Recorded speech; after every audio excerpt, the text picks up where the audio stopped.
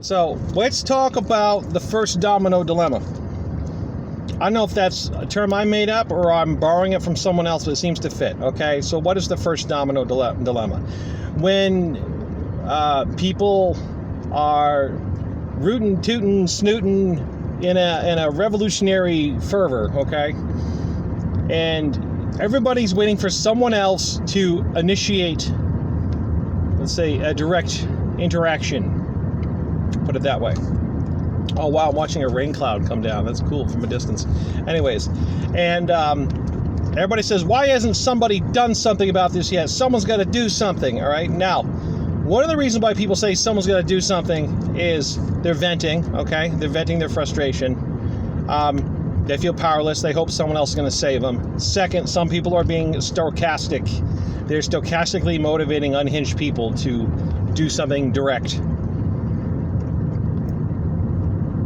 But very little actually gets accomplished by people stochastically motivated. Okay, a few unhinged people here and there don't really accomplish anything. But what's really going on is people want to join in on a sort of direct interaction that's already in progress.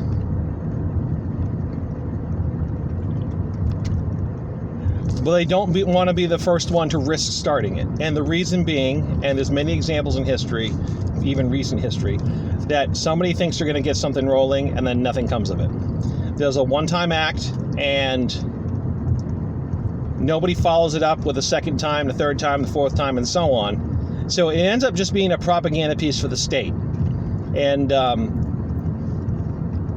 there ends up being some damage, if you will, but otherwise it's just propaganda for the state. And then the people who are on the fence go, oh, well, the state's really powerful. Look at they got that person, they arrested that person, or maybe they put that person down. So I'm not going to do anything, right?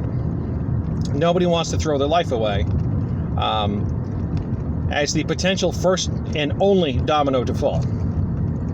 People are perfectly willing to join in if you're the 45th, 46th, 47th, 60th, 100th domino to fall. Hey, it's a trend. It's going. Everyone's doing it. You're not going to stick out like a sore thumb because you're the one person doing it.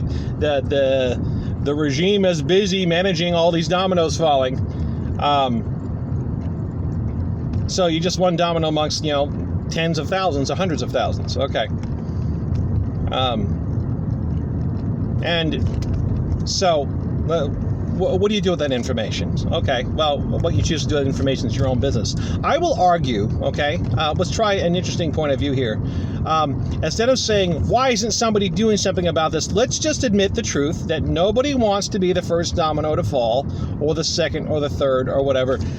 One of the first two dominoes to fall because you may be the only dominoes to fall, and then you lose your liberty, you lose your life, and nothing gets accomplished by it. In fact, it may even be counterproductive.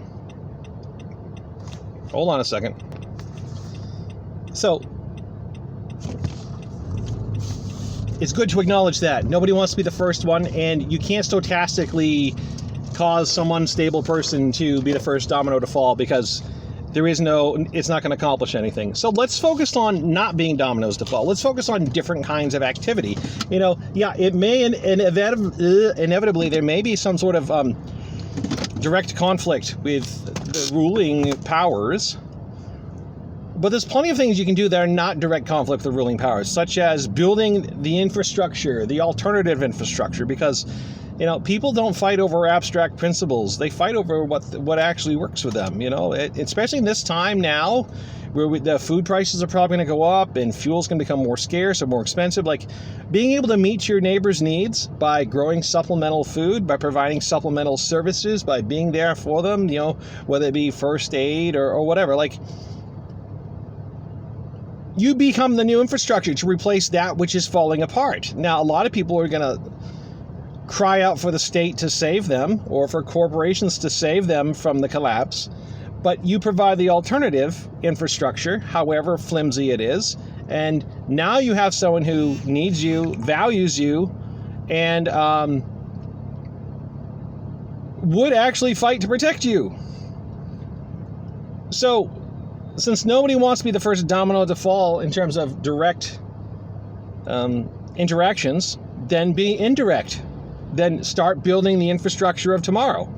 Growing the potato patches, raising the chickens, learning herbal medicine, and build alternatives. If the data centers are going to suck up all the water, then it's time to start catching rainwater and not caring whether it's legal or not to catch rainwater. You do it anyways. All right, this is the chance to build a disobedient attitude amongst the population, and once they come to need and depend on the alternative infrastructure, that is something they will fight for. Because right now you have a bunch of people who depend on the very system that they want to fight against. That's not likely to happen, is it? No.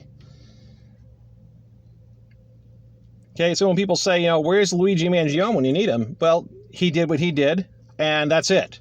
All right? There were no follow-ups because why would they? Why would anyone follow up? People are trying to rebel against the very system that's stepping on them, but they're dependent on the system that's stepping on them. So the rebellion is going to be few and far between. Aside from a few ideologically and philosophically motivated people, it's not going to happen. So let's stop asking for it to happen and start building something different peacefully, because you know what? The state responds to acts of violence. It does not know how to respond to just mass chronic disobedience. It's next to impossible to herd cats so we can be like a herd of cats, just building our own thing and disregarding them. And if need be, once we are building our infrastructure, learn to be as prickly as a porcupine for when they actually try to step on it. That's my opinion. Let's let go of who's going to do something about this, because the way that you mean it, and you mean direct interaction, that's not going to happen. People fight for what they value. So you build something of value, and then people will fight. You don't have to worry about who comes first or second or third, right? If you have hundreds of people in your community and they value the garden, they value the chicken eggs, they value the whatever else you're providing, they will fight for it. Thanks for watching.